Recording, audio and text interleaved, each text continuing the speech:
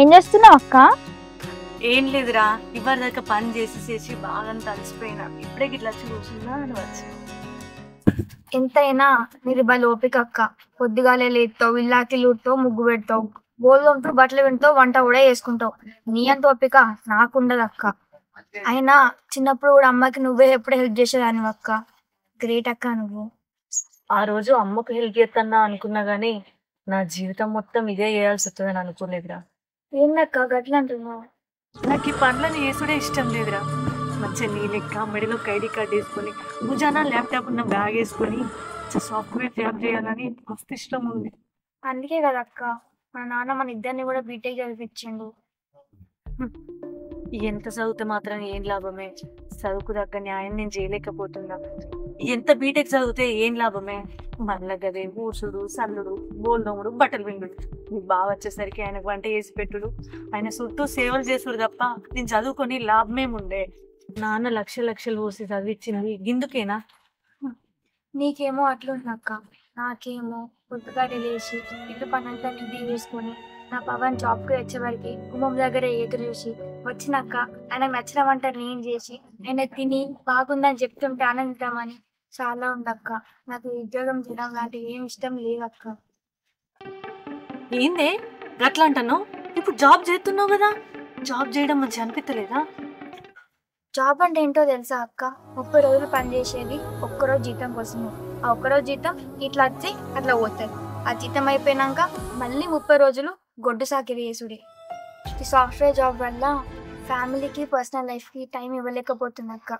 ఏముంది, పొద్దుగాల పోతే సాయంత్రం వస్తా, మళ్ళీ పొద్దున పోతా సాయంత్రం వస్తా, అదే ఇలానే చేసుకుంటా పోతా. 30 ఏళ్ళ తర్వాత వెనక్కి తిరిగి చూస్తే నా ఆఫీస్ లైఫ్ తప్ప హ్యాపీనెస్సే ఉండదు అక్క. అట్లెందుకంటే ఏ పని చేసినా ఇష్టపడి చేయాలి. కష్టపడి చేస్తే ఆ పని ఎప్పటికీ నచ్చదు. నీకేందక్క, నువ్వు ఎన్నైనా చెప్తావు. ఇంట్లో ఉండి ఒక్క పని చేయడం పెద్ద కష్టమేం కాదు. అదే నేను అక్కడికి పోయి ఆ పని చేయాలి, మళ్ళీ ఇంటికి వచ్చి ఈ పని చేయాలి. ఎంత కష్టమో తెలుసా? అయినా నీతో వచ్చి మాట్లాడితే కొంచెం స్ట్రెస్ తగ్గుద్ది అనుకున్నా, కానీ మళ్ళీ ఎక్కువైంది. సరే అక్క, నేను పోయి టీ తాగుతా. పవన్ వచ్చే టైం అయింది, పోయి వంట చేయాలి.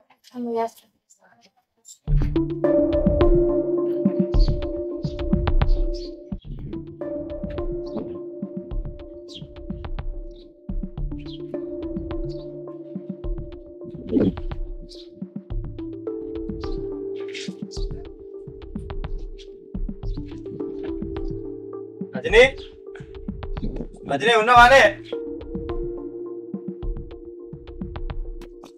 డబ్బేది గిడ పెట్టి నేను లేసుకరా, నాకు పనుంది, పోవాలి.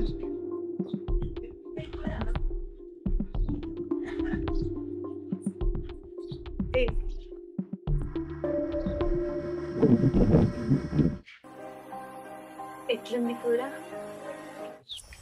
దేవుని విగ్రహానికి నోరుంటే రోజు నీ చేతితోనే నైవేద్యం వాళ్ళు అంటారే. అయ్యా నేను ఒకటి అడుగుతా, మరి కోపానికి రావుగా? దేవునికి కూడా నైవేద్యం పెట్టి కోరికలు అడుగుతారు కదా, అడుగు. ప్రత్యక్ష దైవం కదా. ఏం లేదయ్యా, మా నాన్న ఎంతో కష్టపడి చదివించిండు, లక్షలు ఖర్చు పెట్టిండు. నాతో చదువుకున్న మా చెల్లేమో ఆ చదువుకు తగ్గట్టు జాబ్ చేస్తుంది. కానీ నేనేమో ఇల్లు ఊడ్చుడు, బోలు దోముడు, బట్టలు వెండుడు, ఇంతే. నేను చదువుకుంది ఈ పని చేయడానికేనా? అసలు నేను చదువుకున్న చదువుకి విలువేముంది? అయితే ఇప్పుడు ఏం చేద్దాం అనుకుంటున్నావు?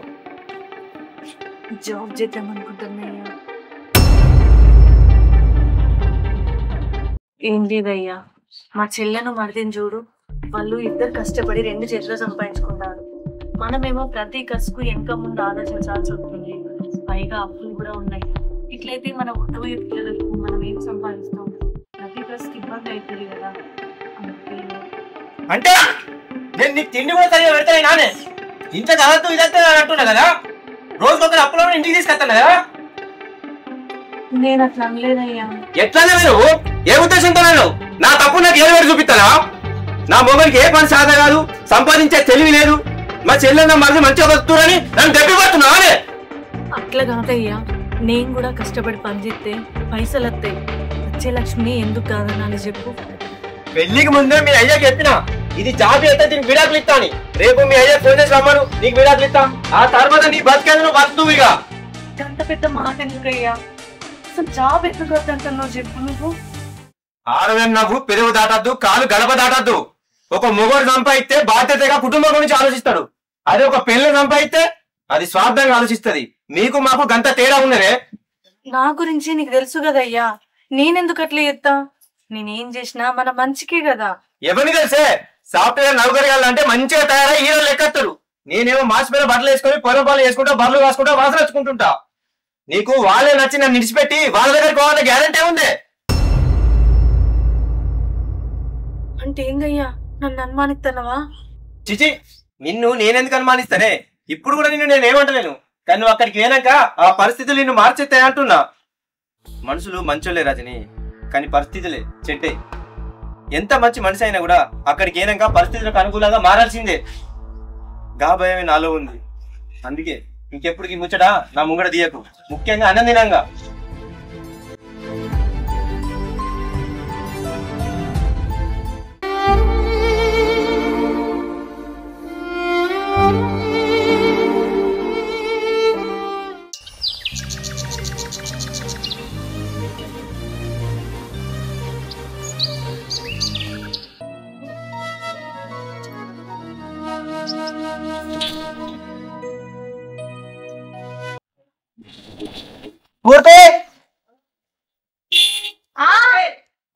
వస్తున్నా కదా, ఎందుకంటే మారబోతున్నావు.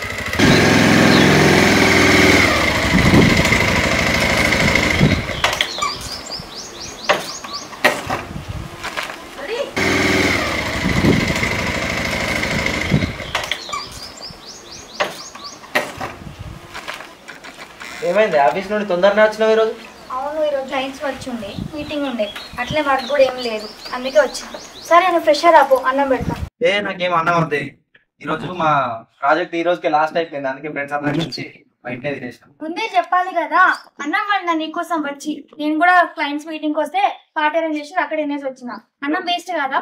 నువ్వు తింటావు అని చెప్పేసి సైలెంట్ గా ఉన్నా, నువ్వు నీ మందం అని అనుకుంటావు కదా అని. సరిదిగా సరే గానీ నీ శాలరీ పడ్డదా ఈరోజు? పడ్డది, ఆఫీస్ లో కూర్చున్నా శాలరీ పడ్డది. మాకు కూడా ఆఫీస్ అయిపోయిందని ఇట్లా బయటకు వచ్చినాం, నాకు కూడా శాలరీ పడ్డది. ఇక అదే ఖుషిలా ఏముందని చెప్పేసి బయటనే పోయి తినేసి వచ్చినాం. అవునా, సరేలే. నా శాలరీ ఏమో ఇంట్లో ఖర్చులకి, నీ శాలరీ ఏమో సేవింగ్స్ కి, అంతేగా. ప్రతి నెల అయ్యేదే కదనే, మళ్ళీ ఎందుకు చెప్తున్నావు? సర్లే, నీ శాలరీ మన జాయింట్ అకౌంట్ కి ట్రాన్స్ఫర్ చేసాయి, ఓకేనా? దా పోదాం.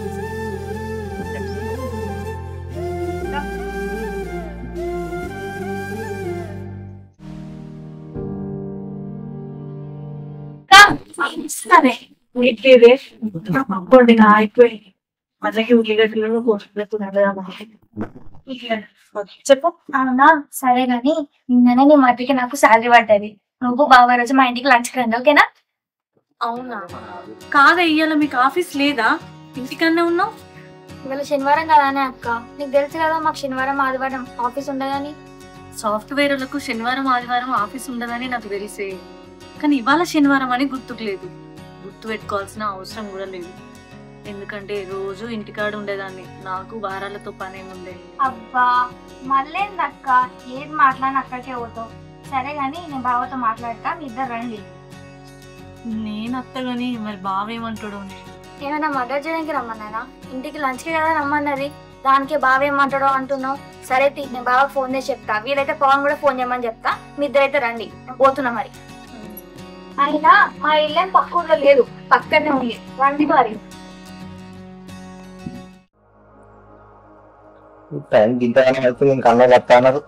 అన్న వచ్చిరానే స్ఫూర్తి, అన్నది వచ్చి చీర తీసుకోరా. అయ్యో, ఇంటి పక్క పంటే ఉంటే మాకు మర్యాద ఎందుకురా? అవి ఇంటి పక్క పనులు వేరు, నా ఇంటికి వచ్చి వేరు కానీ. స్ఫూర్తి వస్తున్నా వచ్చిరా బాబా, వస్తుంది. సార్ ఏమనుకోకండి, మర్చిపోండి, అందుకే లేదు. సరే ఏం కదరా, వెళ్ళ చేసుకో. కూర్చోండి, నేను వాళ్ళు నీళ్ళు తీసుకోరా అన్న. ఇంకా మరి అన్న ఎట్లా నడుతున్నాయి పొలం పనులు? ఏం లేదురా, ముందరదాకా నాట్లేసినాం, ఇక వరి కలిపియాలి. మరి పైసలు ఏమైనా సరిపోతున్నాయా? లాభం ఏర్పడుతుంది. రైతు బతుకు ఏముంది తమ్మి, పెట్టుబడికి అప్పు చేయాలి, పంట చేతికి వచ్చినాక అప్పు తీర్చాలి, మళ్ళా పెట్టుబడికి మళ్ళీ అప్పు చేయాలి, పంట చేతికి వచ్చినాక అప్పు తీర్చాలి. ఏదో ఇలా ఇస్తాను. అయినా ఒకసారి వదిలే నన్ను మీ ఆఫీస్లో జాబ్లు ఏమైనా ఖాళీ ఉన్నాయా అని అడిగింది. మళ్ళీ నేను కూడా చూసి చెప్తా వదినా అని చెప్పేసిన. మళ్ళీ నాకేం సపోర్ట్ చేయలేదు వదిలే. ఏమైంది మళ్ళా? వదినకి జాబ్ ఎందుకు తీయతాను? నేను సంపాదిస్తున్నా కదా. అట్లెందుకంటావన్నా? వదినకి జాబ్ ఉంటే నువ్వు పెట్టుబడికి బయట అప్పు చేసే అవసరం లేదు కదా. ఎంతైనా 2 చేతులు సంపాదిస్తే ఇంటికి మంచిదే కదా అన్న. లోపల స్ఫూర్తిగా అంటే చెప్తుంది కదా, అయిపోయిందో అడిగినప్పుడు పవన్. అయిపోతుంది కావచ్చు వదినే. అయితే పొద్దున 1 గంట సేపు మీటింగ్ ఉండే, అందుకే వంట లేట్ అయింది.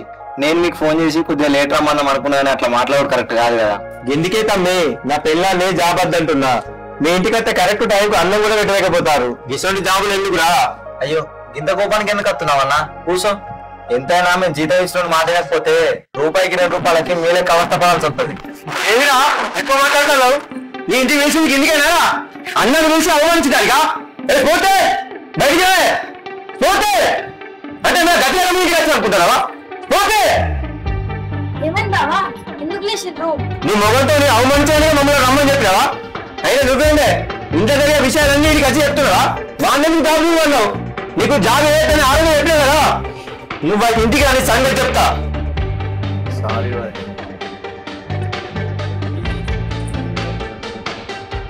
పవన్, నేను కొన్ని రోజులు జాబ్ మానేద్దాం అనుకుంటున్నా. ఏందే పిచ్చి గిట్ట లేచిందా నీకు? లేదా మీ అక్కని చూసి నేర్చుకుంటున్నావా ఇంట్లో ఉందామని? మీకు అర్థమవుతుందా? మనం సంపాదన మీద జాబ్ల మీద ఇంట్రెస్ట్ పెట్టడం వల్ల మన ఆరోగ్యం ఎంత ఖరాబ్ అవుతుందో. టైంకి తినట్లే, టైంకి నిద్ర పోవట్లే, మన హెల్త్లు ఎంత ఖరాబ్ అయినాయి. అందుకే కనీసం నేనైనా జాబ్ మానేసింది అనుకో, మన హెల్త్ని మంచిగా చూసుకోవచ్చు. నీ హెల్త్ బాగుంటుంది, నా హెల్త్ కూడా బాగుంటుంది అప్పుడు. అందుకే పవన్, అర్థం చేసుకో. కాదే, మనం ఇన్ని రోజులు సంపాదించే సంపాదన మనకేమైనా సరిపోతుంది అనుకుంటున్నావు నువ్వు? నేను 6 సంవత్సరాల నుంచి జాబ్ చేస్తున్నా, నువ్వు 8 సంవత్సరాల నుంచి జాబ్ చేస్తున్నావు. నాకెందుకో ఇది సరిపోతుంది అనిపిస్తుంది పవన్. మనం ఇవే రొటేషన్ చేసుకుందాం. అర్థం చేసుకో, మన హెల్త్ కంటే ఎక్కువనా? ఇప్పుడు ఏంది మీ అక్క లెక్క నువ్వు కూడా ఇంట్లో కూర్చొని బోల్ తోముకుంటా, బట్టలు వెండుకుంటా, అన్నం అనుకుంటా కూర్చుంటావా? నీకు అంత కష్టం అయితే వంట మనిషిని పెట్టుకుందాం, లేకపోతే పని మనిషిని పెట్టుకుందాం. అంతేగాని జాబ్ మానేస్తా అంటావేందే?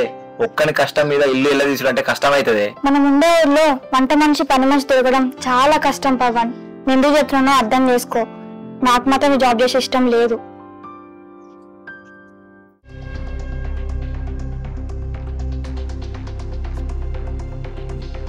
వదిలే వదిలే. ఏంటి పవన్ గంట కోపం వస్తున్నావు? నువ్వు చూడడానికి అమాయకురాళ్ళకి కనబడతావు అని మస్తు తెలివి ఉంది కదా నీకు. నువ్వు ఇద్దరం మంచిగా సంపాదించుకుంటున్నావు అని చెప్పి నా పిల్లానికి అన్ని మాటలు నేర్పించి ఆ జాబ్ అనేది స్టార్ట్ చేస్తావు నువ్వు. ఏం మాట్లాడుతున్నావు పవన్? నేనెందుకు అట్లా చెప్తా? మరి అది ఇప్పుడు జాబ్ ఏదో మానేస్తా అంటుంది. నీ లెక్క ఇంటి పని వంట పని చేసుకుంటా అంటాను. అవునా? నాకు తెలియదు పవన్. మీకు తెలిసి ఎత్తురో తెలియక ఎత్తురో నాకైతే అర్థమైతలేదు, కానీ మేము డబ్బులు సంపాదించుకుంటామని మీకు కుళ్ళు. నువ్వేమో అన్ని మాటలు దానికి నేర్పించి పని చేసినట్టు చేసినావు. నీ మొగుడేమో ఇండైరెక్ట్ నీ మీద పెట్టి దాన్ని అన్నాడు. భలే ఉన్నారు వదిలే మీరు. అమ్మ తోడు పవన్, నేను అసంటిదాన్ని కాదు. నేను ఎందుకు అట్లా చెప్తా చెప్పు? ఇంకా చెల్లెనే చాలా సార్లు జాబ్ బంద్ చెప్తా అంటే వద్దే, జాబ్ చేసుకో అన్నా. నాకు కూడా దాని ఆఫీస్లో ఊరమన్నా. నీకు కూడా చెప్పినా కదా ఏదైనా ఖాళీ ఉంటే జాబ్ చూడు పవన్ అని. అట్లాంటిది నేనెందుకు బంద్ చేయమని చెప్తే చెప్పు? దాన్నే అంటారు మంచిదనం అనే ముసుగులా మందిని ముంచుడని. ఇంకోసారి మా ఇంటి మొక్కను అత్తే మాత్రం అస్సలు మంచిగా ఉండదు చెప్తున్నా. మేము ఏదో మంచిగా బతుకుతున్నాం, మమ్మల్ని అట్లా బతకనియ్యి. అంతేగాని మీ లెక్క అడుక్కునే స్థితికి మాత్రం తీసుకురాకుర్రి చెప్తున్నా.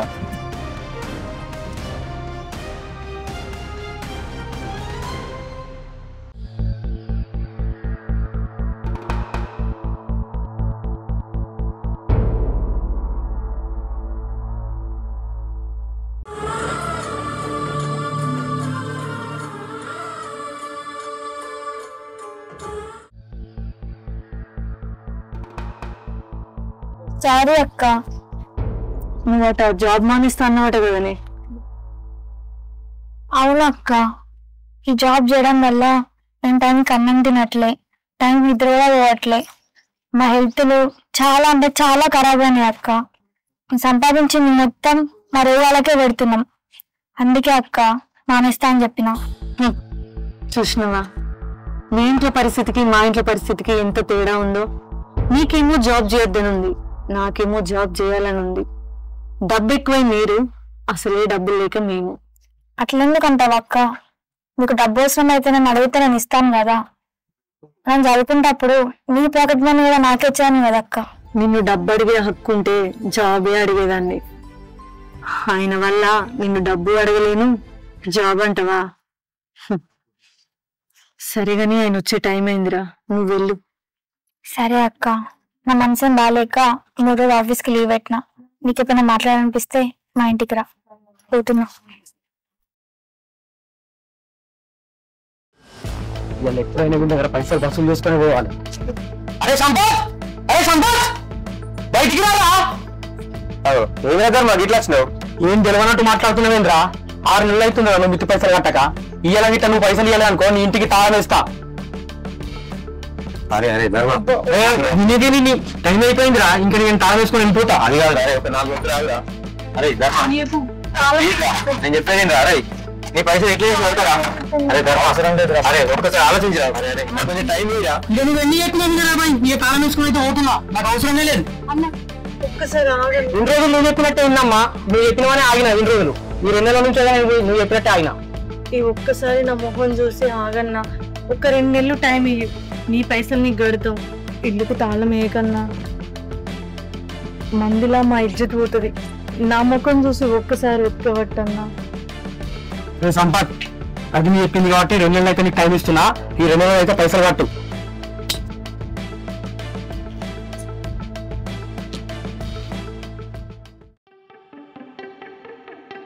ఏమైంది బావా? అక్కడే జాబ్ చేపిస్తా అని మా అడ్రస్ ఫోన్ చేసి వచ్చి మాట్లాడతలేదు. మా భార్యతో జాబ్ చేయించు నాకు ఇష్టమే, కానీ మీరిద్దరు నాకు ఒక గ్యారెంటీ ఇస్తారా? నేను జాబ్ చేయమని నా భార్యను పంపించిన అనుకో, అది అక్కడ వేరే వ్యక్తితోని ఆకర్షింపబడదని నాకు గ్యారెంటీ ఇవ్వగలుగుతారా? అవే మాటలు బావా, ముందు నీ ఆలోచన మారాలి కదా. నా ఆలోచన మారేది స్ఫూర్తి. ఎందుకంటే నేను ఒక మారుమూల పల్లెటూరు గ్రామం నుంచి వచ్చినోని. మా ఊర్లో సొంత అన్నచెల్లెలు బండి మీద నవ్వుకుంటే పోతేనే వాళ్ళిద్దరి మధ్య ఏదో ఉంది అనుకునే రకం మేము చూసే చూపు మార్చుకోవాలంటే అది ఎట్లా సాధ్యమైతే చెప్పు. ఒక అమ్మాయి మమ్మల్ని చూసి నవ్విందంటేనే ఆ అమ్మాయి మమ్మల్ని ప్రేమిస్తుంది కావచ్చని భ్రమలో బతికెట్టున్నాం. అప్పటికి వీళ్ళ నాన్నకి చెప్పిన, మావయ్య నేను నీ అక్క కొడుకును కాబట్టి రజని నాకు ఇచ్చి పెళ్లి చేస్తున్నావు, నా దగ్గర ఏమి లేకున్నా. అదే నా ప్లేస్ లా ఇంకోడు ఉండి వాడు చదువుకోక పైసలు లేకుంటే వానికి ఇచ్చి నువ్వు చేస్తున్నావా అని. దీన్ని కంటికి రెప్పలేక కాపాడుకునే బాధ్యత నాదే. నేను చదువుకోలేదు, పైగా అందంగా కూడా ఉంటా. రేపు దీన్ని నౌకరు పంపిస్తే అక్కడ చదువుకున్న వాళ్ళు ఉంటారు, నాకంటే అందగాళ్ళు ఉంటారు, నాకంటే ఎక్కువ డబ్బు ఉన్న ఉంటారు. అది వాళ్ళని చూసి అట్రాక్ట్ అయ్యి నన్ను ఇడిచిపెట్టి వాళ్ళ దగ్గరికి పోదానికి గ్యారెంటీ మీరిద్దరు ఇవ్వగలుగుతారా? అందుకే నా పిల్లని నేను జాబ్కు పంపియ్యా. ఏందన్నా నీకు వదిన మీద కాయంత నమ్మకం లేదా? నాకు తెలిసినంత వరకు వదిన పరాయి మొగని కన్నెత్తి చూసినట్టు కూడా నాకు తెలియదు. అట్లాంటి వదిన ఎందుకు అనుమానిస్తున్నావో అర్థమైతలేదు. ఏ చిచి, నేను రజనీని అనుమానిస్తాను రా. అనుమానం అంటే నమ్మకం కోల్పోతే వచ్చేది. నేను ఎప్పుడు రజనీ విషయంలో నమ్మకం కోల్పోలేదురా. మరి ఇంకేంటి బావా, అక్క మీద నమ్మకం ఉండి ఎలాంటి అనుమానం లేనప్పుడు జాబ్కి పంపించవచ్చు కదా. నా రజనీ మంచిదేరా, నేను కాదంటలేను. కానీ ఇయ్యాల రేపు ఆడోళ్ళు భర్త ఉండగానే వేరే వ్యక్తితో సంబంధం పెట్టుకుంటారు. భర్త కొద్దిగా మంచోడు అయితే వీటితో ఏం కాదు కదా, వీడి అమాయకుడు, నేను ఏం చేసినా చెల్లుతుందని ఆలోచిస్తారు. ఒకవేళ భర్త కఠినాత్ముడై వాడి ఇంటికెళ్ళి బయటికి పోనీయకుంటే వాడి కళ్ళు కప్పి తప్పు చేయాలనుకుంటారు. ఒక ఆడ తప్పు చేయాలంటే దాన్ని 7 సముద్రాల అవతల దాచిపెట్టినా వచ్చి తప్పు చేస్తుంది. కానీ నేను నీళ్ళకి ఆలోచిస్తలేను కదా అన్న. నా భార్యనైతే పోయి జాబ్ చేసుకుంటాను కదా బయట. నేను కూడా గదే అంటున్నా తమ్మి, నీకు నచ్చినట్టు నేనెందుకు ఉండాలి? ఇది నా జీవితం, ఇది నా భార్య. నా భార్య నాకు నచ్చినట్టు ఉండాలి కానీ మీకు నచ్చినట్టు ఉండాలనుకోవడం ఏందో నాకైతే అర్థమైతే లేదు. నీకు ఇష్టం నీ భార్యతో జాబ్ చేయించుడు, కానీ నాకు ఇష్టం లేదు నా భార్య జాబ్ చేసుడు. మనకి ఎన్ని బాధలున్నా ఎన్ని అప్పులున్నా నేను ఏనాడు దాన్ని ఇబ్బంది పెట్టలేదు. అవునే, నిన్న ఎప్పుడన్నా నేను ఇబ్బంది పెట్టినా మీ అమ్మగారి నుంచి అద్దే ఇద్దే అని? ఏదున్నా నేనే కట్టుకుంటానా. నీది గొప్ప ఆలోచన రా తమ్ముడు. నీ భార్యను నువ్వు నౌకరికి పంపిస్తాను, కానీ నేను నీ లెక్క ఆలోచించలేకపోతున్నాను. కాబట్టి నీ భార్య నీకు కరెక్ట్, నా భార్య నాకు కరెక్ట్. నీ జీవితం లేక నా జీవితం ఉండాలనుకోడు, నా జీవితం లేక నీ జీవితం ఉండాలనుకోడు చాలా తప్పురా. అరే రాత్రి 12 గంటలకు నీ భార్య వేరుడి బండి మీద వస్తే వాళ్ళిద్దరి మధ్య ఫ్రెండ్షిప్ ఉందని నువ్వు లైట్ తీసుకుంటావు కావచ్చు, కానీ నేను తట్టుకోలేనురా. అది ఏదో ఇంగ్లీష్లో అంటారు కదరా, మెచ్యూరిటీ. నీకున్నంత మెచ్యూరిటీ నాకు లేదురా. అంత ఆలోచించే ఓపిక కూడా నా దగ్గర లేదురా. నా జీవితం ఇట్లనే ఉంటది. నా జీవితాన్ని నువ్వు నిర్ణయించకురా. నా బతికేదో నన్ను బతికింది. రజిన్, నిన్ను ఇవాళ నుంచి ఏమననే నువ్వు జాపుకోవచ్చు.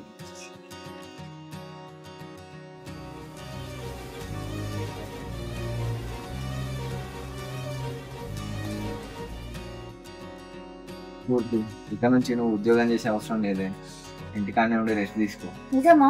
ఇప్పటి నుండి నువ్వు హౌస్ వైఫే. నేను వచ్చేసరికి అన్నం కూర వండి పెడితే చాలు. మనకు పెళ్ళై 4 సంవత్సరాలు అవుతున్నా సంపాదనలో పడి సంతానాన్ని మర్చిపోయినవి. నా బిడ్డకు అమ్మ అయితే చూడాలని ఉంది నేను. ఏమైంది అక్క? పవన్ జాబ్ చేసింది కదా, రేపు ఫస్ట్ వెళ్తున్నావా? నేను జాబ్కి వెళ్ళను రా. అదేందక్క? నేను మంచిదాన్నే కావచ్చు, కానీ ఆయన మనసులో 100 అనుమానాలు ఉంటాయి. నన్ను ఎప్పుడూ అడగడు, ఆయనలో ఆయననే నరకం అనుభవిస్తాడు. ఆయన అన్నదే నిజం అనుకొని జాబ్ చేయొద్దనుకున్నా. నేను జాబ్ చేయాలనుకున్నది మేము ఆర్థికంగా మానసికంగా మంచిగా ఉండడానికి. నేను జాబ్ చేస్తే ఆర్థికంగా మంచిగా ఉంటాం కావచ్చు, కానీ ఆయన మానసికంగా నరకం అనుభవిస్తాడు. అలాంటప్పుడు నేను చేసే జాబ్కి విలువేముంది? ఇంకొన్ని రోజులల్లా ఏదో ఒక బిజినెస్ పెట్టుకుంటాం. అదే బిజినెస్ చూసుకుంటూ ఇంట్లో పనులు చేసుకుంటూ ఉంటాం. బయట ప్రపంచంతో సంబంధం లేకుండా బతికేస్తాం. సరిపోదా అనే జీవితానికి? నువ్వు అనేది నిజమే అక్క. నేను జాబ్ మానేసిన. రేపు కొడుకో కూతురో పుట్టినాక అప్పుడు జాబ్ చేస్తా. అంతవరకు రెస్ట్ తీసుకుంటా అక్క. కరెక్ట్. నీ జీవితం నీది, నా జీవితం నాది. నా జీవితం లెక్క నీది, నీ జీవితం లెక్క నాది ఎందుకు ఉండాలనే? నా జీవితంలో నా భర్త అట్లనే పని చేసుకుంటూ, నేను ఇంట్లో పని చేసుకుంటూ ఆయన చూసుకుంటూ ఉంటే నాకు హ్యాపీ. నీ జీవితంలో నువ్వు నీ భర్త జాబ్ చేసుకుంటూ ఉంటే నీకు హ్యాపీ. ఎవరి జీవితం వాళ్ళది, ఎవరికి నచ్చినట్టు వాళ్ళు బతుకుదాం, అంతే కదా? అంతే అక్క. ఈ కథలో నేను చెప్పాలనుకున్నది ఎవరి జీవితం వాళ్ళది. ఒకరి జీవితం గురించి మరొకరు నిర్ధారించే హక్కు ఎవరికీ లేదు. నీకు ఉద్యోగం చేయడం ఇష్టమైతే నీ భర్తను ఒప్పించండి. ఆయన ఒప్పుకోకపోతే ఆయన్ని అర్థం చేసుకోండి. అందుకే అంటారు కదా, ఒకరినొకరు అర్థం చేసుకుంటే ఆ బంధం ఎప్పుడూ బరువు అవ్వదని, ఎప్పుడూ ఇద్దరు కలిసే ఉంటారని. మన జీవితంలో లాగా అవతలి వ్యక్తి జీవితం ఉంటుందని ఎలా అనుకుంటారు? ఉండాలని ఎందుకు అనుకుంటున్నారు? నీ జీవితం నువ్వు గెలువు, అదే నీ గెలుపు. మీ ఎజాజ్ అక్రమ్. Thank you.